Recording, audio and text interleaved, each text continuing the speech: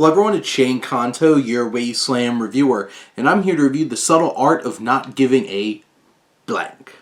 And this is from director Nathan Price, and is focusing on Mark Manson, who wrote some books that focus on his kind of perspective on the world, and basically this documentary is just to dive into his perspective on the world, which there's some positive things about it. I think it's funny, it's stylish, it's slick. I think he has a lot of personality, and I think that goes a long way in the presentation here. I think there's some fun elements. I think the Disappointment Panda that he incorporates into parts of this particular film are really funny and interesting and engaging. He gets your attention easily. So that's working for him. There's also some poignant moments. There's some emotional moments where I think he connects with the audience in a meaningful way.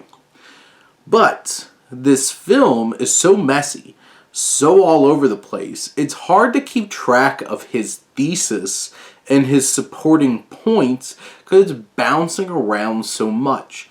When you're trying to present something and it doesn't come off as presenting, it comes off as preaching. And he feels like he's talking down to you at times. And he's trying to make these arguments, and some of them just don't make sense. And some of them are stretches. Like, he tells this whole entire story about Dave Mustaine from Metallica, how he's like unjustly just booted from Metallica without any notice, and he had a chip on his shoulder. Like, the dude was a horrible alcoholic, was very violent, and Dave Mustaine even admitted in an interview, upon research, that Metallica probably would not have lasted if he stayed in the band. So, like, you have this guy reframing stories to try to support his point that are actual stories.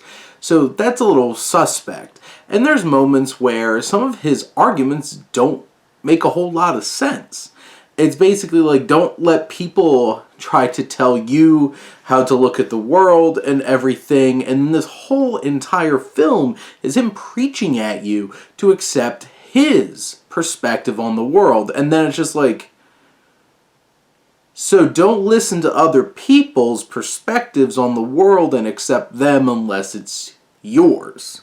So there's a lot in this that I found off-putting. There's a lot of it that feels conceited and him just being up at smoking his own spirits all over, and how his perspectives are so much better and need to happen.